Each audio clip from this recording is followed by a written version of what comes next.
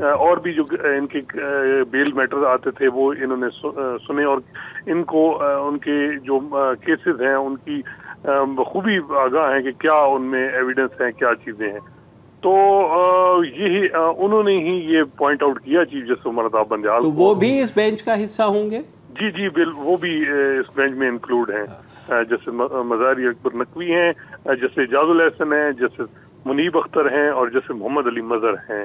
تو اور chief justice Umar Ata Bandial اس bench کے سربراہ ہوں گے؟ جی بینچ کی سربراہی جو ہے وہ چیف جسٹس عمر عطا بندیال کریں گے. حسنات صاحب، یہ جو سو موٹو کا، اچھا چلے سو موٹو تو اپنی جگہ، ٹائمنگ کافی انٹرسٹنگ لگتی ہے اس کی. دیکھیں کیونکہ ان پرنسپل ظاہر ہے بالکل مداخلت نہیں ہونی چاہیے، ریکارڈ غائب نہیں ہونے چاہیے، اس پہ تو کوئی ڈس ایگری نہیں کر سکتا. ٹائمنگ پر لوگ ظاہر ہے کہ سوال اٹھا رہے ہیں، کیونکہ کل ہی خان صاحب نے یہ بات کی، مطالبہ کیا، اور آج ہی سو موٹو ہو گیا. تو ایسے ہے نا کہ اتفاق ہو سکتا ہے، ہاں ہو سکتا ہے حسن اتفاق. لیکن جو سو موٹو کا سلسلہ ہے حسنات صاحب، کافی ٹائم سے ہم نے کوئی سو موٹو نہیں دیکھا تھا، تو کیا ہم ڈیو ہو گئے تھے یا کچھ اور لگ رہا ہے آپ کو یہاں پر؟ دیکھیں یہ تاثر مختلف لیے جا رہے ہیں، کیونکہ بینچ بار بار یہی ججز جو تھے یہ اسپیکر رولنگ والے میٹر میں بھی یہ کیس کی سماعت کر رہے تھے، اور انہوں نے شہباز شریف صاحب کو کہا کہ الیکشن کی طرف جائیں آپ فریش مینڈیٹ لیں. تو یہ ہے کہ یہ جب اس طرح کی چیز آئے گی، سوشل میڈیا، مین اسٹریم میڈیا ایک دباؤ تو آئے گا، اور اس کے بعد جو ہے وہ بڑا اگر یہ اس طریقے سے، کیونکہ یہ تاثر بھی ہے کیونکہ کہ یہ لمبا اس وجہ سے کہ اپنے کیسز کے معاملات دیکھ رہے ہیں. لیکن دوسری طرف یہ ہے کہ اگر لیجسلیشن وہ کر رہے ہیں تو وہ لیجسلیشن ہو جائے، وہ قانون بن جائے، تو اس کو وہ جب چیلنج ہو تو پھر اس کو کنسیڈر کیا جا سکتا ہے. اگر ڈیلیبریشن پہ سمجھ نہیں آ رہی. اور دوسری طرف عمران خان صاحب کے ٹائم میں مرزا شہزاد اکبر کیا کچھ کرتے رہے، انہوں نے پورا مانیٹر کیا ایف آئی اے اور نیب کے پروسیس کو، وہ ہائی کورٹ کے ججز کو ملتے رہے. تو وہاں تو یہ کوئی، اور پھر مزے کی بات ہے جو سپریم کورٹ میں مجھے تو میں بڑا کنسسٹنٹلی کہہ رہا ہوں 4 سال سے کہ جو بینچز کی کمپوزیشن ہو رہی ہے وہ اس پہ میں یہ ہے کہ بھئی آپ پک اینڈ چوز کیوں کرتے ہیں. لائک مائنڈیڈ ججز، کوئی بھی چیف جسٹس آتا ہے، میں ماضی میں بھی دیکھا کہ وہ لائک مائنڈیڈ ججز کو اپنے ساتھ بینچ میں بٹھا کے وہ جو ان کے ذہن میں ایک ہوتا ہے، جو بھی آپ کہیں ایجنڈا کہیں یا جو بھی ان کے ایک پروگرام ہوتا ہے وہ اس پہ چلتے ہیں. جیسے ثاقب نثار صاحب نے ڈیم فنڈ پہ آیا، ان پہ پوری سپریم کورٹ ان کے ساتھ نہیں تھی، 3-4 ججز تھے، لیکن انہوں نے ڈیم فنڈ پہ کیا. اسی طرح گلزار صاحب نے نسلہ ٹاور گرایا، یا اور بھی کراچی میں تجاوزات، انہوں نے بھی 2-3 ججز کو صرف اپنے ساتھ بٹھایا ہر وقت. یعنی سپریم کورٹ کی میجارٹی جو ہے وہ ان چیزوں پہ انڈورسمنٹ نہیں مل رہی تھی. اچھا حسنات سوری میں آپ کی بات قطع کلامی معاف، لیکن میں سن رہا تھا وزیر داخلہ رانا ثناء اللہ کو، وہ یہ کہہ رہے ہیں کہ اس طرح کے جو نوٹسز ہیں یہ عدلیہ کی ساکھ کو متاثر کریں گے. انہوں نے یہ بھی کہا کہ جب میرے خلاف کیسز بنے تھے اور ججز بار بار تبدیل ہو رہے تھے منشیات والے کیس میں، تب کیوں نہیں عدلیہ نے سو موٹو نوٹس لیا. تو یہ جو صورتحال ہے، آپ کو لگتا ہے کہ کوئی کسی قسم کے ٹکراؤ کی طرف جا رہی ہے؟ بالکل یہ آئے گی، اور سپریم انٹرنلز میں میری سمجھ میں یہ بڑی ذمہ داری سے کہوں گا کہ سپریم کورٹ کے اندر بھی اس کی انڈورسمنٹ نہیں ہوگی اب، کیونکہ یہ اس میں سیم پیج، اب جس طرح اسپیکر رولنگ میں سو موٹو لیا چیف جسٹس عمر عطا بندیال نے، تو 12 ججز نے ان کو ریکمینڈ کیا تھا کہ جائیں. تو کیا یہاں جو ہے وہ 12 ججز نے کیا یا صرف لائک مائنڈیڈ کہیں گے جو بھی؟ تو اب یہ چیز آ رہی ہے کہ بھئی ماضی میں اس طرح کیوں نہیں ہوتا رہا اگر یہ چیزیں، اور جو بہت سارے اپوزیشن کے ممبران تھے وہ ان کو ضمانتیں بھی نہیں ملی، 2-2 3-3 مہینے بلکہ 5-5 مہینے رہے ہیں. تو پھر یہ تاثر جو ہے وہ زیادہ میرے خیال ہے جوڈیشری کی ساکھ کے لیے بھی کوئی بہتر نہیں ہوگا. اچھا حسنات، لیکن یہ بھی تو دیکھیں کہ شہباز شریف اور حمزہ شہباز کے خلاف جو مقدمات ہیں اس میں فرد جرم عائد ہونی تھی، مگر وہ وزیر اعظم کا انہوں نے حلف لے لیا. اس دن وہ اس وجہ سے نہیں آئے، اس کے بعد وہ لندن چلے گئے، اس کے بعد پروسیکیوٹر تبدیل ہو گیا.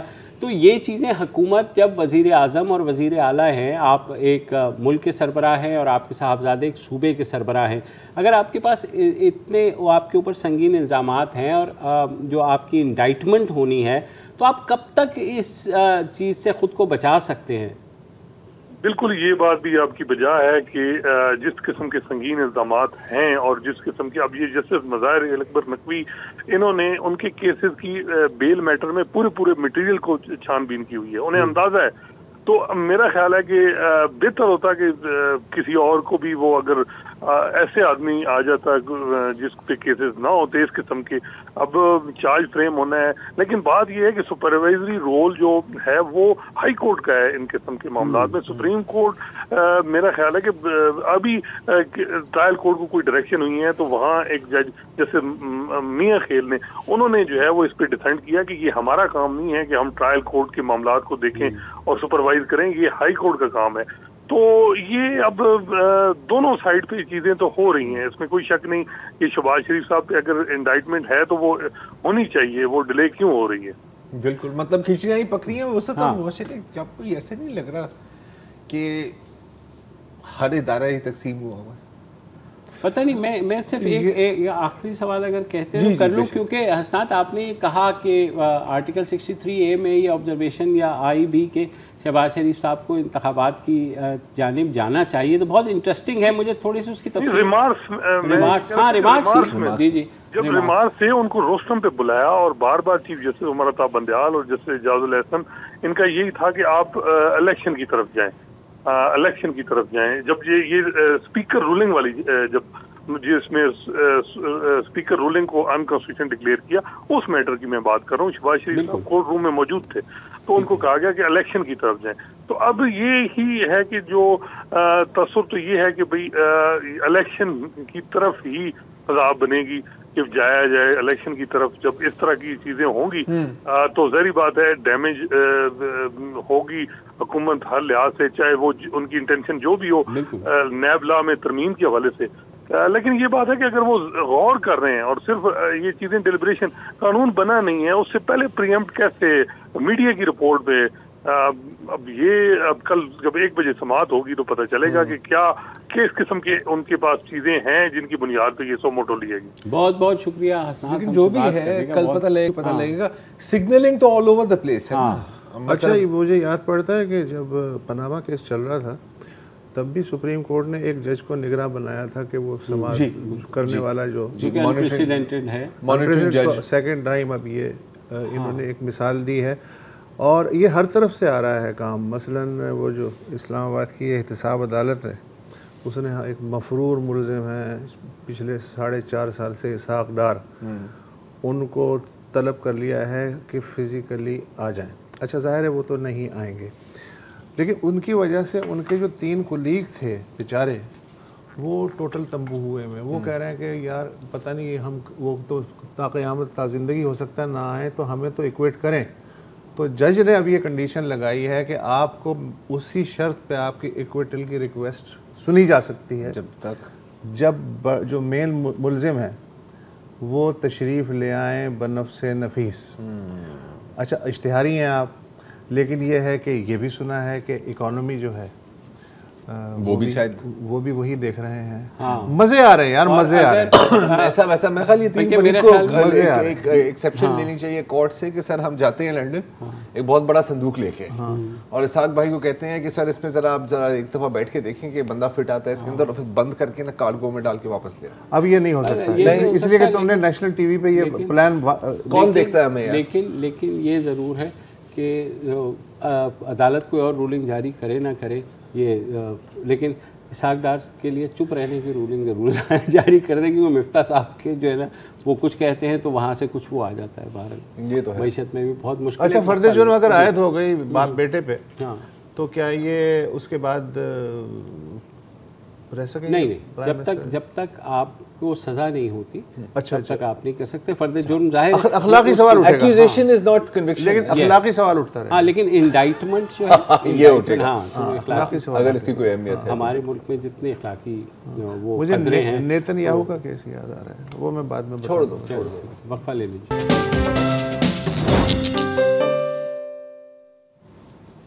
برائٹ کریں مجھے, یہ آپ نے سنا تو بہت ہوگا اور ہم ابھی آپ کو دوبارہ سنوائیں گے بھی, مگر آج کل جو سابق وزیر اعظم عمران خان ہیں وہ خاصے کانشیس ہوئے میں ہیں کہ وہ جہاں بھی جائیں, آپ دیکھیں سابق وزیر اعظم نہ کہا کریں, انہیں کہا کریں مستقبل کے وزیر اعظم عمران خان نے یہ کہا. اوکے, حیات وزیر اعظم وہ بات کی بات. اچھا سوری تم فوراً آپ ان کی انٹرو کو ڈسٹرب کرتے ہیں پھر مجھے بیچ میں آنا ہوتا ہے. فوراً الٹرا ایکسٹریمسٹ کیوں بن جاتے ہیں؟ میں بس کیا کریں یار. ہاں جی چلے بہرحال خان صاحب جو ہیں وہ جلسوں میں لائٹنگ کے اوپر بہت کانشیس ہوئے ہیں, انٹرویوز کے اوپر بھی ہوئے ہیں. کل کوہاٹ کے جلسے میں انہوں نے بارہا اس بات کا اظہار کیا کہ لائٹنگ انہیں کچھ ٹھیک نہیں لگ رہی. سنیے.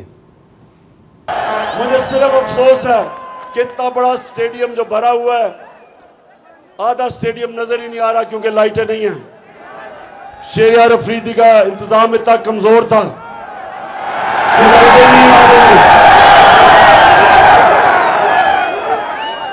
آگے سے شہریار افریدی کسی اور کو اس کا انتظام دینا. جی خان صاحب نے صرف یہ کہا کہ کسی اور کو اس کا انتظام دے دینا. آپ اپنی جان بے شک اللہ کو دیں, اپنے انتظام کسی اور کو دیں, کسی اور کو دینا. لیکن شہریار آفریدی صاحب آپ کو پتہ ہے خاصے غسیلے واقع ہوئے ہیں. انہوں نے ڈھونڈا یہ کس نے انتظامات ٹھیکیدار نے کیے تھے. ظاہر ہے انہوں نے ایڈوانس اس کو 30 لاکھ روپے دیا ہوا تھا, تو انہوں نے پولیس کو شکایت لگا دی. جنگل خیل پولیس اسٹیشن میں انہوں نے شکایت لگائی کہ جناب یہ جو ٹھیکیدار ہے اس کی لائٹنگ ٹھیک نہیں تھی, اس کو پکڑ لیں. اچھا پولیس بھی آپ کو پتہ ہے کے پی کی پولیس جو ہے آئیڈیل پولیس ہے, چھوٹی سے چھوٹی شکایت کے اوپر ایکشن لیتی.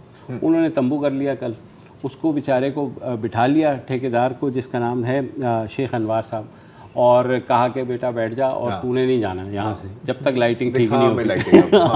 تو تجھے برائٹ کرتے ہیں اسے, ہاں تجھے ابھی تھوڑا, پھر اسے برائٹ بھی کیا ہوگا ظاہر ہے, ہلکا پھلکا ذرا اس کی لائٹیں بھی چیک کی ہوں گی. تو اس کے بعد وہ اب لیکن یہ خبر آ رہی ہے کہ جناب وہ اسے چھوڑ دیا ہے پولیس نے وارننگ دے کر کے. اگلی بار نا بیٹا. پہلے وہ کہہ رہا تھا اپنے انٹرویو میں, ایس ایچ او سوال جواب کر رہا تھا نا, وہ کہہ رہے تھے کہ 35 لاکھ روپے میرے شہریار آفریدی کی طرف نکلتے ہیں جو انہوں نے ابھی تک نہیں دیے. لیکن اب جب سے اس کو برائٹ کیا گیا ہوگا تھانے میں, اس کے بعد سے وہ 35 بھی نہیں مانگے گا. وہ کہہ 35 مجھ سے لے لیں آپ جو ہے نا. حالانکہ اس نے ریزن یہ پیش کی کہ 3-4 کھمبے گزر گئے تھے تیز ہوا کی, اور اس نے کہا پھر بھی 80% لائٹ جو ہے وہ ٹھیک تھی. لیکن کیونکہ خان صاحب نے کہہ دیا کہ لائٹنگ ٹھیک نہیں تھی, اور یہ ابھی نہیں, وہ پہلے بھی کہہ رہے ہیں. نہیں یقین آتا تو میں سنا دیتا ہوں یار, خان صاحب کو سنائیں یار. بائی دا وے بڑائی جو شان کا تھا نا, اتنی گندی ARY کی زبردست فوٹوگرافی تھی, اس کی تصویر بڑی اچھی تھی.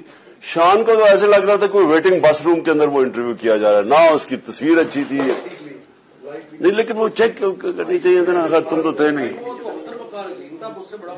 نہیں اس کو لائٹنگ اس سے بڑی گندی تھی. ان کی ARY کی سپرب لائٹنگ آئی مسٹ سے. جی سر آپ نے دیکھ لیا پھر لائٹنگ ایکسپرٹ. انہیں لائٹ کی کیا ضرورت ہے, یہ تو خود چاند ہے. یار میں فضا بنا رہا ہوں. آئی سویر میں دیکھ رہا ہوں آپ تو کامران خان بھائی سے زیادہ بھی جلدی یو ٹرن لے رہے ہیں یار. ہاں ان کو بھی پتہ نہیں لگتا وہ گھومتے. ہاں صحیح بات. آئی لو یو کے صاحب. تو بہرحال لائٹنگ کا یہ پہلا واقعہ نہیں ہے. چند سال پہلے ایک ویڈیو آئی تھی ایکٹریس عائشہ ثنا کی ایک مارننگ شو میں, اور وہ بھی بڑی مارننگ شو میں ظاہر ہے, تو وہ انہوں نے خاصا جھاڑا تھا. تو شکر یہ ہے کہ خان صاحب نے شہریار آفریدی کو جھاڑا اور انہوں نے آگے جو ہے نا وارننگ دے دی. میں سوچتا ہوں کہ شان پہ کیا گزر رہی ہوگی یہ سنتے ہوئے, کیونکہ آپ کو پتا ہے کہ نمبر 1 فین ہے. اور آئرونک بات یہ ہے کہ جب بھی وہ پوسٹ کرتے ہیں نا تو ہمیشہ ایک بڑی سیریس قسم کی, ایک انہوں نے بڑی خوبصورت پروفائل پکچر پوسٹ کی تھی اور پیچھے ایک برائٹ شینڈیلیئر ہے, لکنگ اپ ٹو. نہیں لیکن یہ جو کلپ چلایا ہے نا, یہ بیسیکلی خان صاحب کو نہیں پتا تھا کہ یہ کلپ وائرل ہو جائے گا. That's fine. تو اس لحاظ سے ان کے علم میں ہونا چاہیے تھا. تو یہ صحافتی اخلاقیات سے الگ بات ہے کہ خان صاحب کا یہ کلپ جو ان کے پی ٹی آئی کی سوشل میڈیا ٹیم نے ریلیز کیا تھا, میں اس کی بھی مذمت کرتا ہوں. نہیں اس میں مذمت کرنے کی کیا بات ہے, کلپ بڑا نارمل اور نیچرل قسم کا ہے. وہ جیسے عامر لیاقت کا ایک دفعہ یہ خدا کا خوف کریں یار, ہمیں خدا, یہ کیا ہو گیا, کل نیوڈ بیچ پر آئے ہوئے ہیں, آج عامر لیاقت پر آئے ہوئے ہیں. کیا میں نے کیا کہا, میں کیا ہے, میں نے کیا کہا, تمہاری ذہنیت ایسی ہے. ہاں آپ نے کہا عامر لیاقت کا ویڈیو, میں کیا سوچوں گا, میں کیا سوچوں گا. اس کے تو کئی ویڈیوز ہیں, میں کس کی بات کر رہا ہوں, کس کی بات کریں, آپ نے تو بھیجا تھا مجھے. اچھا آپ کس ویڈیو, میں اس ویڈیو کی بات کر رہا ہوں کہ رمضان شو پہ علماء کرام بیٹھے ہوئے تھے, تو ان سے جو ہے وہ ان آفیشلی وہ گپ لگا رہے تھے. میں اس ویڈیو کی بات, وہ والا. اچھا میں وہ اس ویڈیو میں بھی بڑی اچھی دیکھا, مجھے پتا تھا تم ادھر ہی جاؤ گا. یہ لائٹنگ کا بڑا مسئلہ ہوتا ہے, میں نے سنا ہے لائف میں. میں نے کبھی کبھی سوچا ہے کہ کبھی شاید ہمیں چاہیے کہ ایک دن ہم کینڈل لائٹ شو کریں. ایٹماسفیئر کے لیے صرف. میرے پاس اور کچھ کہنے کے لیے بچا نہیں ہے, میں ایسی باتیں کر رہا ہوں. ظاہر ہے کینڈل لائٹ ڈنر کا تو ہماری زندگیوں میں موقع آنے سے رہا نہیں, میرا خیال ہے ہاں وہ تو ایک دفعہ ہم نے کیا تھا, وہ پٹیا باندھ کے, یاد ہے یار, ہم تینوں نے ہی کیا تھا. نہیں یہ نہیں تھا, نہیں تھا, آپ اور میں بس ٹھیک ہے, اور وہ کراؤڈ میں تھا. وہ کہا کیا مثالیں دے رہے ہیں یار. صحیح بات. کینڈل لائٹ ڈنر ایسا, اگر یہ IMF کے پاس نہیں جاتے اور ہمارا بھی پیٹرول ختم ہوتا ہے تو شاید ہمیں کینڈل لائٹ میں شو کرنا بھی پڑے. اگر آپ کی لائٹیں جو ہے وہ پیٹرول سے چلتی ہو. سر ریفائنریز, دیکھو بھیا بات یہ ہے کہ ابھی تو ہم آج لائٹوں پہ بات کر رہے ہیں, کچھ دنوں بعد 14 طبق روشن ہونے والے ہیں, پھر اس پہ بات کریں گے. بالکل, کیا بات سمجھ نہیں آئی, لیکن بریک لے لیتے ہیں.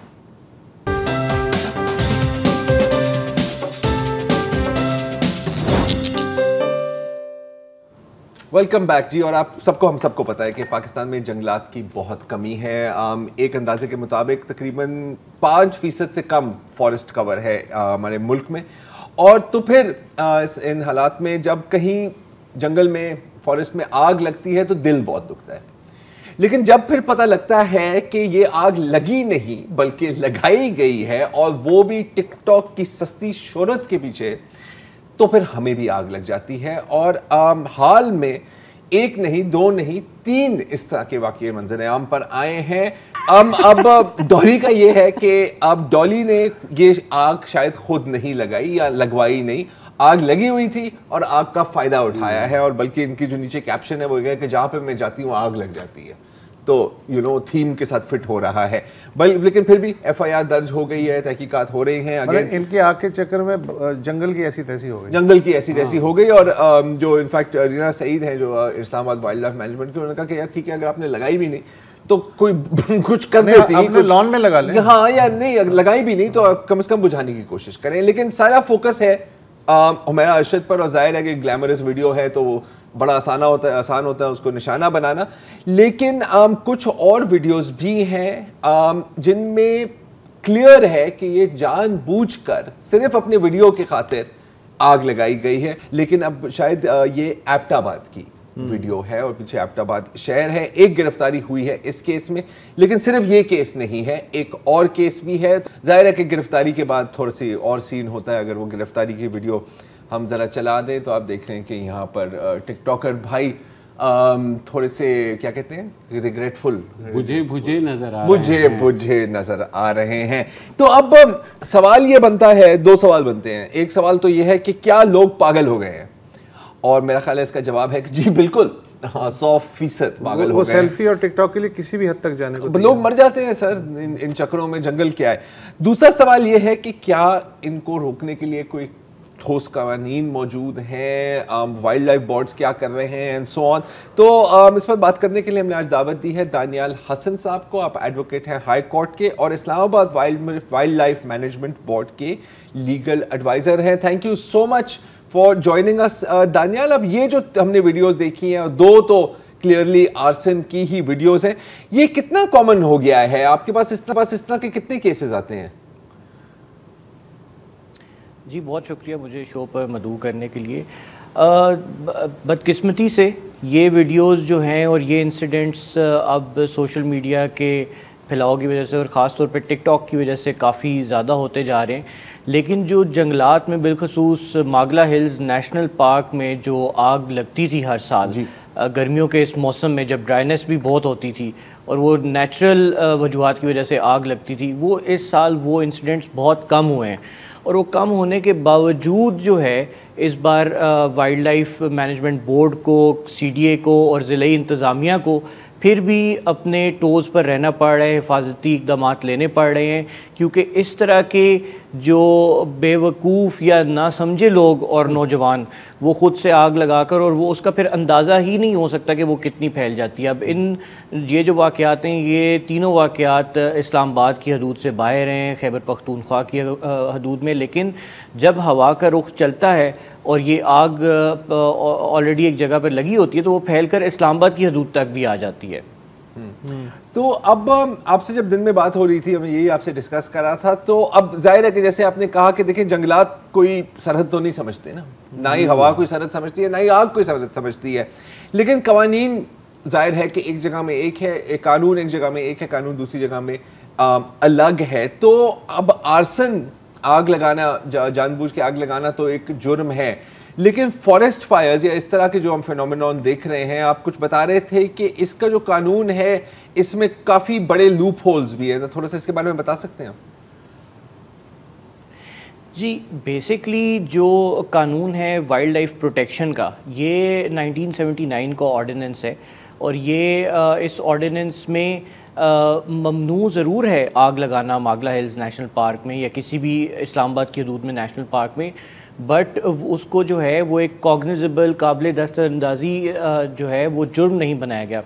لیکن جب میں نے مزید اس کے اوپر ریسرچ کی تو معلوم یہ ہوا کہ پاکستان پینل کوڈ کے سیکشن 435 اگر آپ کسی بھی جنگل میں یا کسی بھی ایگریکلچرل پروڈیوس کو اگر آپ آگ لگائیں جس کی مالیت 100 روپے یا اس سے زیادہ ہو تو اس کے اوپر آپ کو کم از کم 2 سال اور زیادہ سے زیادہ 7 سال تک سزا ہو سکتی ہے، اور اس کے ساتھ جرمانہ بھی ہو سکتا ہے.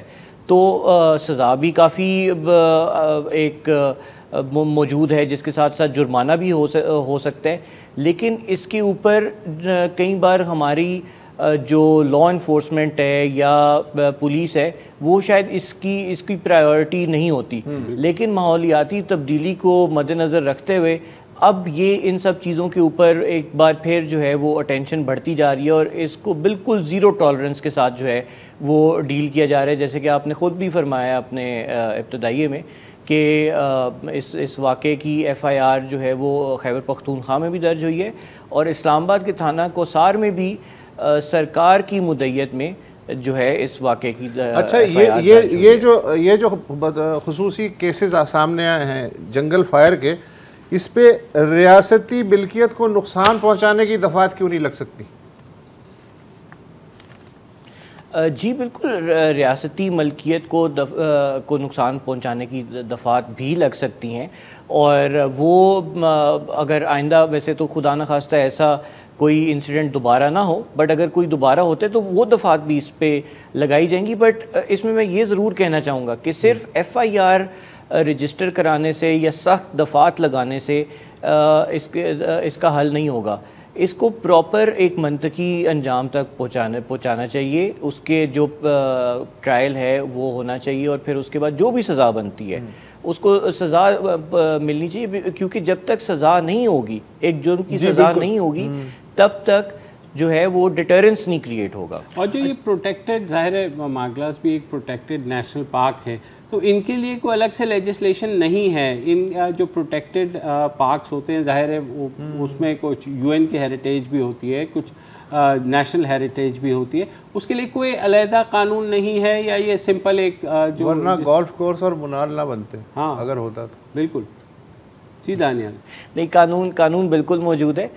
اسلام آباد میں Islamabad wild life protection, preservation, conservation and management ordinance 1979 ہے. اس کی سیکشن 21 کے تحت نیشنل پارکس ڈکلیئر ہوتے ہیں، اور وائلڈ لائف ریزرو بھی ڈکلیئر ہوتا ہے اس کے 79 کے آرڈیننس کے سیکشن 20 کے تحت. اور جو ماگلا ہلز نیشنل پارک ہے، یہ اسی 1979 کے آرڈیننس کے تحت 1980 میں اس وقت کی وفاقی حکومت نے ایک اسٹیچوٹری آرڈر کے تحت، ایس آر او کے تحت جو ہے وہ ڈکلیئر کیا تھا، اور اس کی حدود بھی ڈیفائن کی تھیں. اب جو اس قانون کا عمل درآمد ہے وہ کروانا وہ ایک اور چیلنج ہے. اور جو وائلڈ لائف مینجمنٹ بورڈ ہے، یہ سیکشن 3 میں اس کو جو ہے وہ انویزج کیا گیا، لیکن یہ خود وفاقی حکومت نے اس کو کانسٹیٹیوٹ نہیں کیا، اور وہ فائنلی جا کر 2015 میں اسلام آباد ہائی کورٹ کے ایک آرڈر کے بعد اس وقت کی وفاقی حکومت نے اسلام آباد وائلڈ لائف مینجمنٹ بورڈ کو کانسٹیٹیوٹ کیا، اور اس کے بعد سے اس بورڈ نے اپنا کام کرنا شروع کیا. اچھا دانیال، میں یہ بھی جاننا چاہوں گا کہ ظاہر ہے آپ نے شروع میں ہی بات کی کہ پولیس کو شاید اس طرح آگاہی نہیں ہے، تو پولیس کے لیے تو حد سے زیادہ 500 روپے والا کیس ہے کہ اچھا 500 روپے دو اور چلے جاؤ. پھر 9 عمر لڑکے جو نائل ہے تو ویسے ہی وہ ہے. تو پولیس تک یہ سینسٹیوٹی کیسے آئے گی؟ یہ ایک بہت امپورٹنٹ پہلو ہے.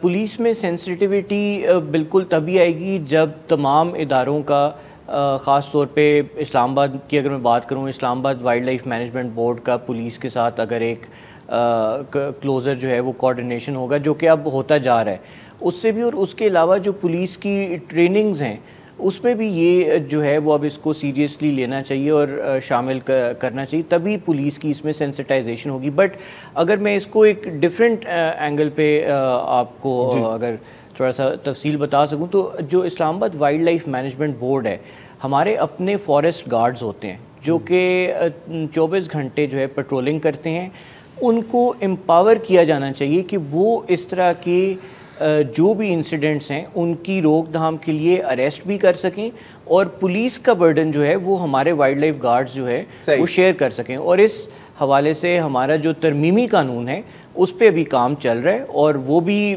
یقیناً آنے والے کچھ عرصے میں پارلیمنٹ کے سامنے لے کر جایا جائے گا۔ اوکے گریٹ، بہت بہت شکریہ دانیال صاحب، اور آپ کا اس چیز کا بھی شکریہ کہ ہم نے یہ نہیں کہا کہ اس کام کو کرنے کے لیے نا تمام اداروں کو ایک پیج پر ہونا ضروری ہے، کیونکہ قسم سے کان پکتے ہیں جو سن آسٹریلیا کی فائر کا نہیں پتا کہ کیا ہوا تھا۔ اگلے پیج پر چلتے ہیں، یعنی اگلے سیگمنٹ کی جانب وقفہ لیتے ہیں۔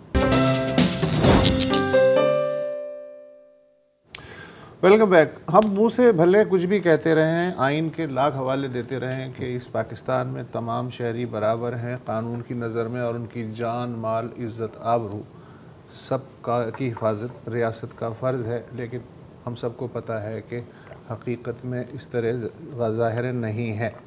کل ہی وسطی پنجاب کے شہر اوکاڑا سے خبر آئی کہ ایک 35 سالہ احمدی شہری عبدالسلام وہ انہیں چھرے کے پے در پے وار کر کے قتل کر دیا گیا۔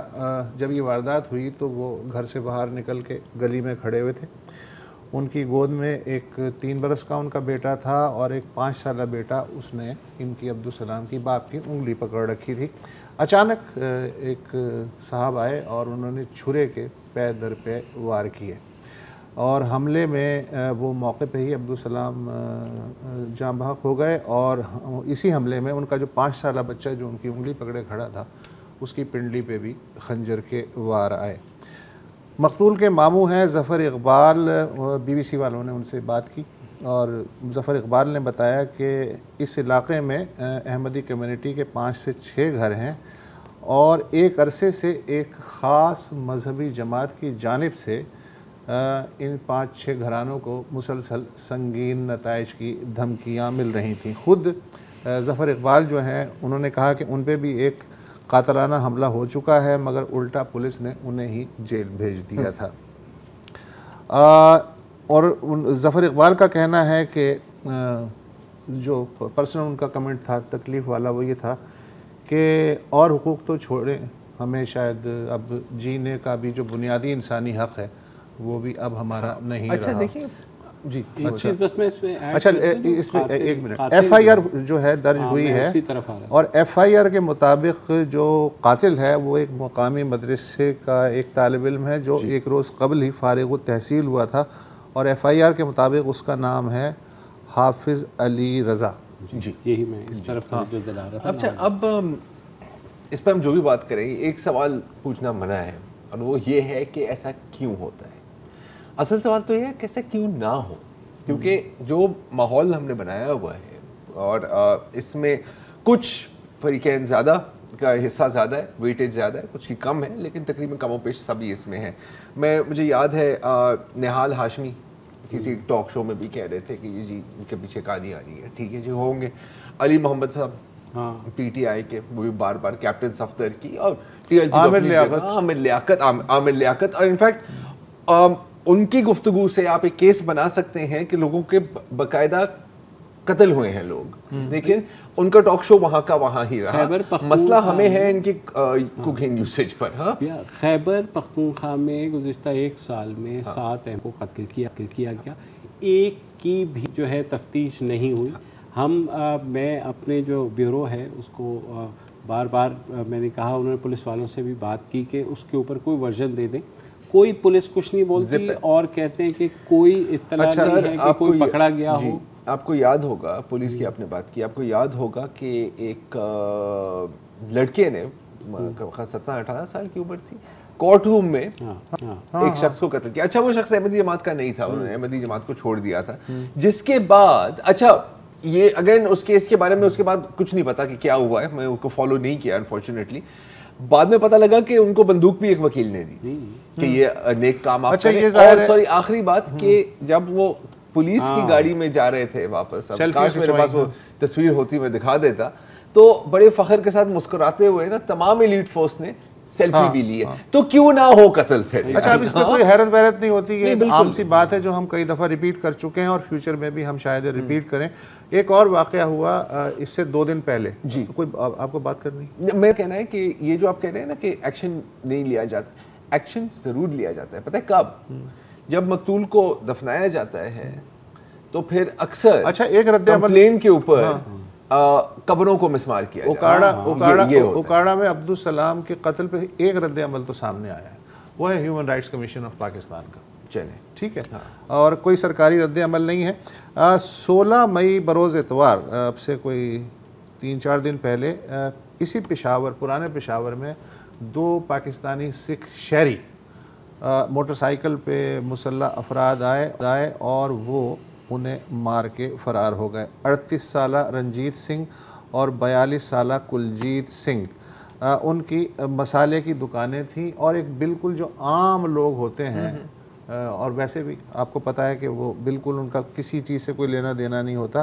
اور یہ دونوں کے خاندان چند سال پہلے باڑے میں چونکہ بہت حالات خراب تھے تو انہوں نے کہا سیفٹی کے لیے پشاور, وہاں سکھ کمیونٹی کا اچھا خاصا محلہ ہے تو وہاں یہ شفٹ ہو گئے تھے.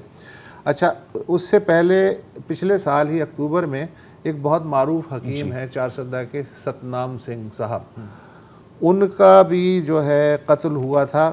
یہ جو 2 قتل ہوئے بھی تازہ ترین ہوئے ہیں, ان کی ذمہ داری فی الحال کسی نے کی, لیکن ستنام سنگھ کے قتل کی جو ذمہ داری ہے وہ داعش خراسان گروپ نے قبول کی تھی. یہ ہے داعش کا موڈس آپرینڈی, یہ جو ٹارگیٹنگ لو سکیل اساسینیشنز کا جو ہے نا, یہ زیادہ ان کا ہی رہا ہے.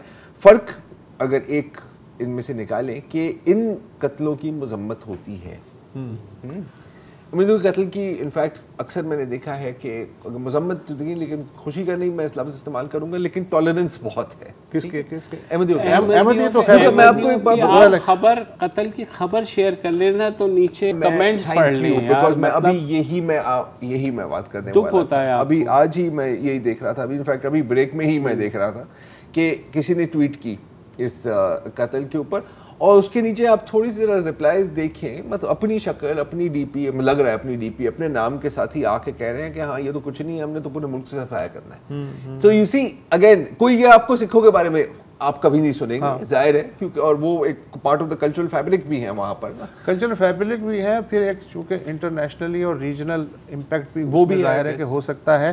تو وزیر اعظم شہباز شریف سے لے کے وزیر داخلہ رانا ثناء اللہ تک, وزیر اعلیٰ خیبر پختونخوا اور وزیر خارجہ بلاول بھٹو زرداری تک سب نے ظاہر ہے مذمت کرنی بھی چاہیے, اور اچھا کیا کہ 2 سکھ شہریوں کے قتل کی مذمت کی. لیکن جو باقی اقلیتیں ہیں میرا خیال ہے وہ مرنے کے بعد تو ان کا حق ہے کہ کم از کم صدمے کا اظہار. نہیں, جو کل احمدی قتل ہوئے ہیں اوکاڑا میں, ان کی کسی نے مذمت کی؟ میں نے عرض کیا نا human rights commission of Pakistan نے. مجھے ایک دفعہ یاد ہے کہ ایک احمدیوں کی عبادت گاہ پر درجنوں لوگوں کو قتل کیا گیا, وہ لاہور میں, اور میرا خیال ہے کہ نواز شریف نے اس کی مذمت کی تھی, اور مجھے وہ بھی یاد ہے کہ اس کا ریاکشن کیا ہے, اور پھر نواز شریف کی خوب مذمت ہوئی تھی. جی بہرحال یہ ہے صورتحال, کل پھر حاضر ہوں گے. خدا حافظ. السلام علیکم. اگر آپ کو ہمارے شو پسند آیا ہے تو پلیز ہمارے یوٹیوب چینل کو سبسکرائب کریں, اور اگر مناسب سمجھے تو اس ویڈیو کو لائک بھی کر لیں, تو کوئی حرج نہیں ہے, اور شیئر بھی کر لیں اور کمنٹ بھی کر دیں, ورنہ وہ سب ایسے ہی لکھتے رہیں. اور یہ جو دونوں کہہ رہے ہیں یہ کر لیں جی پلیز, نہیں تو ہمیں بھی گھر جانا ہے, میں آپ کے کمپیوٹر میں نہیں رہنا 24 گھنٹے. صحیح بات.